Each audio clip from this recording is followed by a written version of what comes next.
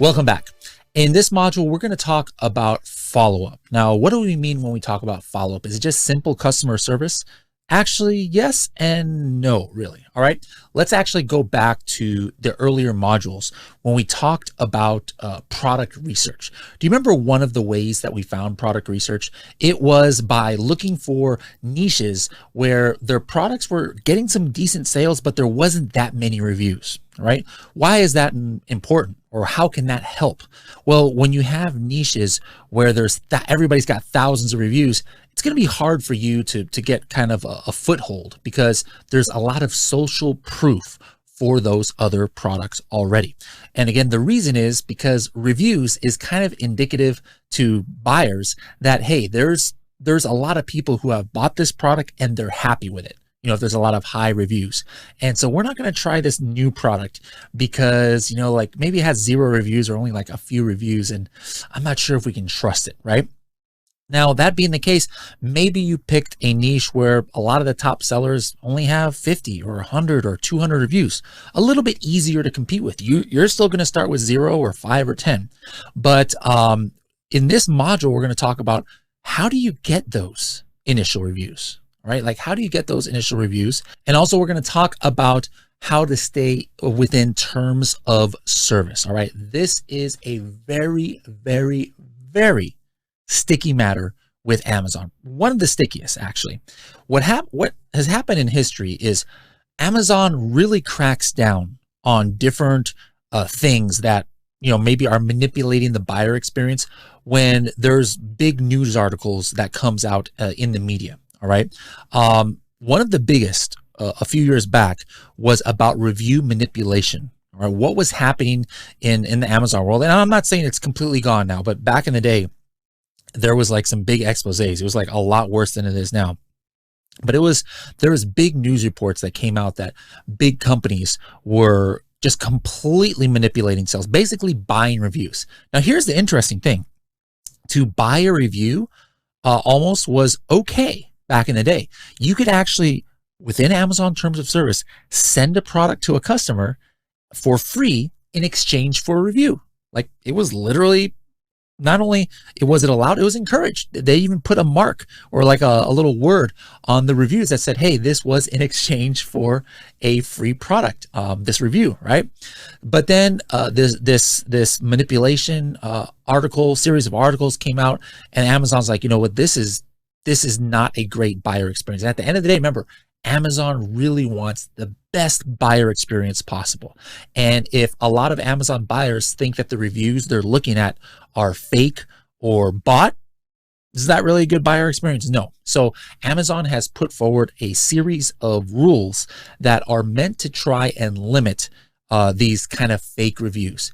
Now, it's something that changes all the time. I'm giving you the best information for the end of 2021.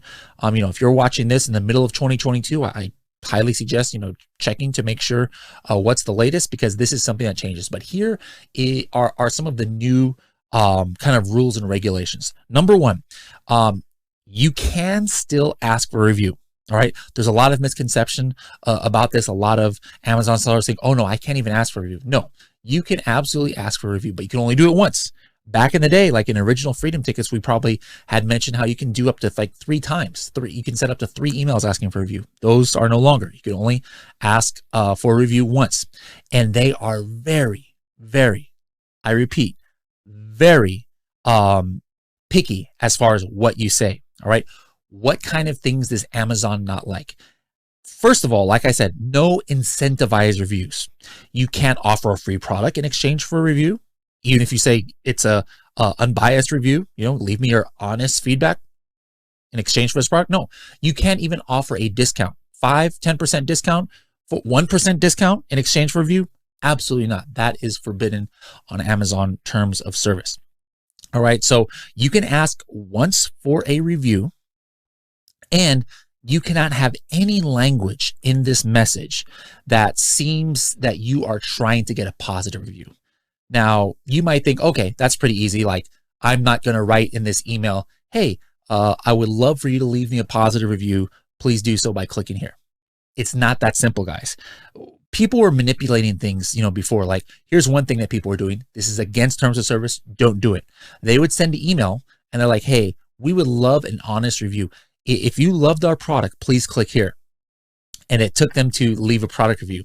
If there is something that, you need customer service on, or you didn't love it, please click here.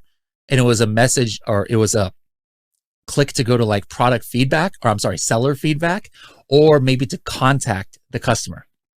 So you might think, oh, that should be okay. Nope. Amazon will shut you down if you're caught, doing that multiple times.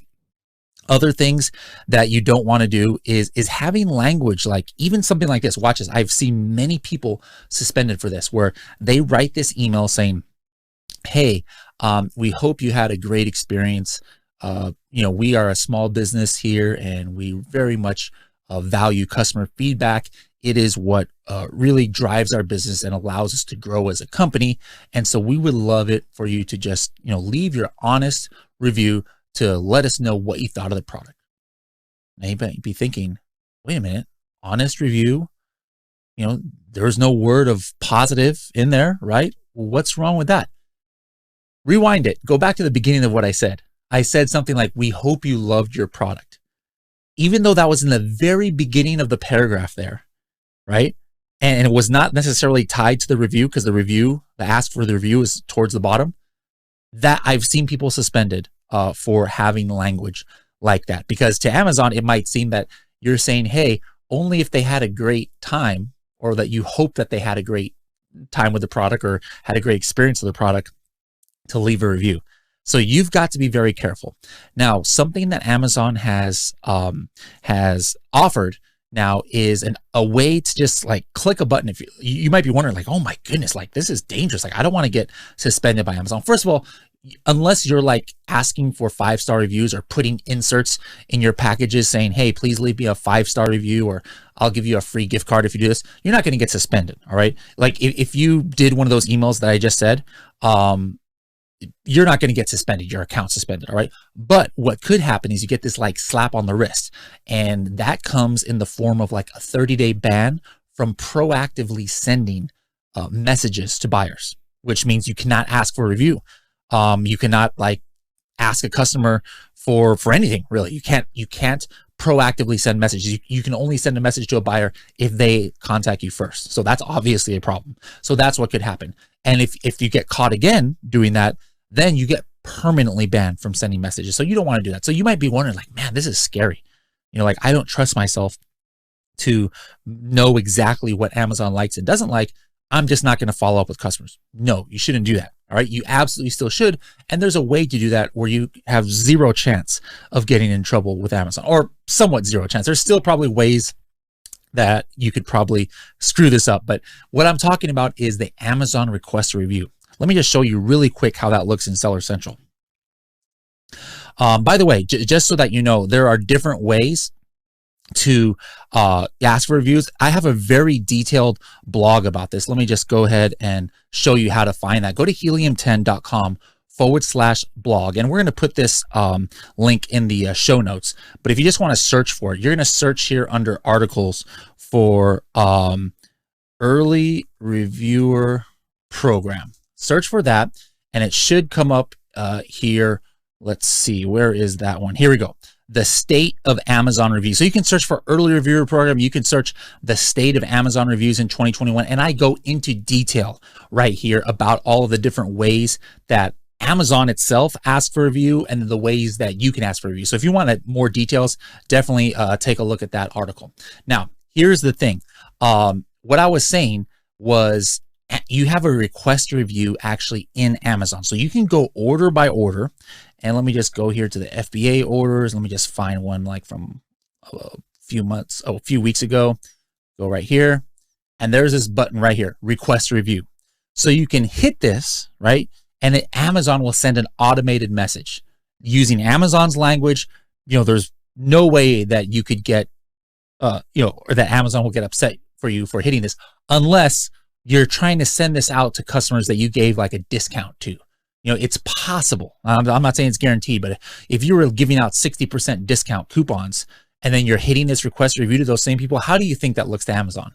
It looks like you're incentivizing that, right? Like, oh, look at this seller gave a 60% discount to somebody, and then now they're requesting a review. What's going on there, right? I'm not saying that's 100%, but me personally, if I have any discount on any order, I do not want them to review. All right. So I am not going to hit this button. I am not going to ask that customer that I give a discount to for a review for that, just to be on the safe side. All right. So there's this button right here that you can do. Now, as you can see, this is kind of a pain in the neck. All right. Pain in the neck. I was actually thinking of it. There's a Japanese word. You Japanese listeners out there, you know the word mendakusai, right? That means it's kind of like pain in the neck. Like, to imagine going order by order by order, and you have to do it in a certain time frame because Amazon only allows you to hit that button between 1 week and 4 weeks from delivery. Going order by order, especially if you're doing big business, hitting that button, that is not very user-friendly experience, right? So what we have done inside of Helium 10 is a way to automate this, all right? And it's not only automation, but it allows you to filter out who is getting these messages. So there's 2 different ways that we have. The very first way, let me go back to writing those emails. I hope I didn't scare you guys about, how picky Amazon is. I'm just trying to keep it real. Let me just put it to you this way. I myself, for the most part, still send the custom emails. Now, why do I send these custom emails?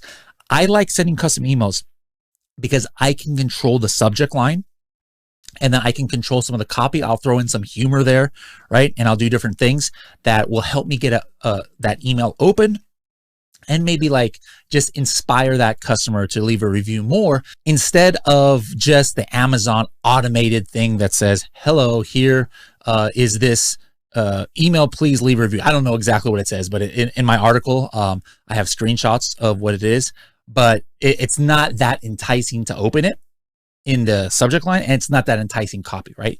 But I like doing custom email. Let me show you an example of one that I have done here in follow-up. All right. Let me see if I can find it here. Here's one for the coffin shelf. All right. So here's the template. I just, here's my subject line. All right. Was the coffin shelf spooky enough? All right. It's like, what? Like you're scrolling your million emails you get. And you're like, what in the world? Was the coffin shelf spooky enough? It's not a guarantee that they're going to open this, but they're going to probably open this more than they would just the Amazon subject line of please leave feedback. Right.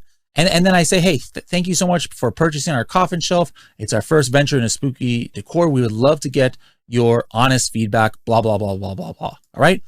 Nothing that fancy. Now, here's where the magic happens. I mean, these are the templates you can do in follow-up. And guys, don't forget to check out the learn button here, and you'll get information on exactly how to set these up. But the gold is in the automation. You don't want to send sometimes, like, let's say you have a shampoo. Let me just give you an example. Let's say you have shampoo, right? Do you want to ask for a review like 2 days after they got the shampoo? Probably not, right? I mean, they haven't even used it. How do they know if they like it or not? So if you've got like shampoo or vitamin, here's something I bought recently, vitamin D, that like maybe gives them more energy or something. You don't want them getting an email 2 days after they get it. They might give you a bad review. Like, I can't review this. I haven't even used it enough, right? So you want to be able to say, hey, maybe let me give them 3-4 weeks before I ask for this review, right? And again, I told you, what about if there's customers that you gave a discount to? Do you want those kind of people leaving reviews? You don't. So you don't want to send them an email that asks for the review, right? What about if it's a customer that maybe didn't like the product, and so they ask for a refund, right? For whatever reason, they ask for a refund. If somebody asks for a refund, you think they're going to leave you a positive review? Do you want to send that kind of person an email asking for a review? Probably not, right? That's why we have these automations. Take a look at this one, coffin shelf, first time buyer. So this is kind of just like this flow that I've created. So I have filters. I say, hey, I filter out anybody who has gotten refunded orders. I only want to send this to people who have purchased in the United States marketplace. This exact ASIN, which is my coffin shelf, I don't want this going out to just all my customers. I don't want them to have a discount of any more than 20%. And this is a first time buyer, right? For me, for the coffin shelf, I figured, hey, you know what? They're going to know right away if they like this product or not, right? So I'm not going to wait 2-3 weeks. I'm going to say, hey, right away, they're probably happy they got it. You know, it's really cool. And so I want to have the order delivered, wait 2 days, and then send the email. Boom, I'm done. So I never have to touch this again, unless I want to change my phrasing or my wording on there. All right. So I can set all of these filters, and there's a lot more filters that I can do as well. You can, do it by SKU and by shipping country and by item price and by discount, et cetera, et cetera. All right. So that's what I do a lot. And that is for sending custom emails. Now, again, if you are not confident that you can write a compelling email or you're just scared that, hey, I don't want Amazon to slap me on the wrist for saying something that I didn't realize was bad, you can go ahead and use the request review, but you don't have to click it inside of Amazon. All right. What you can do is set up an automation for the request a review. And we've got that. Like here, we've got this egg rack. All right. And it says, hey, refunded orders. And this is the ASIN. Wait 7 days, which is like the minimum you have to wait. And then request review. What is this? This is not a custom email. This is the same as if I hit that button that I showed you a couple minutes ago inside of the orders of Amazon request review. You don't have to compose any email, any subject line. You don't have to worry about getting in trouble with Amazon for saying something you shouldn't. 100% within Amazon terms of service.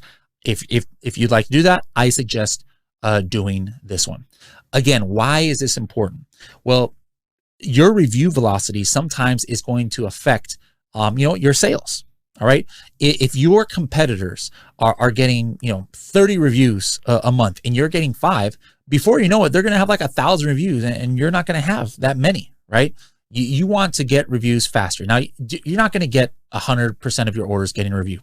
Nowadays, what happens is maybe like 1 out of every 25 orders, 1 out of every 50 orders, maybe 1 out of every, 15 orders will get a star rating at least. And then maybe 1 out of 100 orders might get a full written review. There's something called one-click ratings. Actually, now on Amazon, people can just click the star, or they can click the star and write a review. So it's either 1 out of 20, you get at least a star, or maybe 1 out of 100, you'll get a full written review. All right. So you want to do anything you can to increase that velocity. All right. No matter what you do, it's not going to get over 50% or anything crazy like that. As a matter of fact, if it did, Amazon might think something shady is happening because nobody gets that kind of review velocity. All right. But at least it would be great if you can have a good review velocity in comparison to your competition. And so again, the one way that you can do that is by utilizing follow-up, which is inside of your Helium 10. There's no extra charge for this. You've already got this. All of you Freedom Ticket members, I'm sure. Set this up, guys. So if you're already selling on Amazon and you are not taking advantage of this, go in there, set this up, set up your flows. If you're a brand new seller, you're going to start selling on Amazon from day one, guys, unless you're doing some kind of discount, from day one, set this up on your products. All right. It's kind of like a set it and forget it thing, and watch those reviews come in. So I hope you guys enjoyed this module, and good luck with getting those Amazon reviews.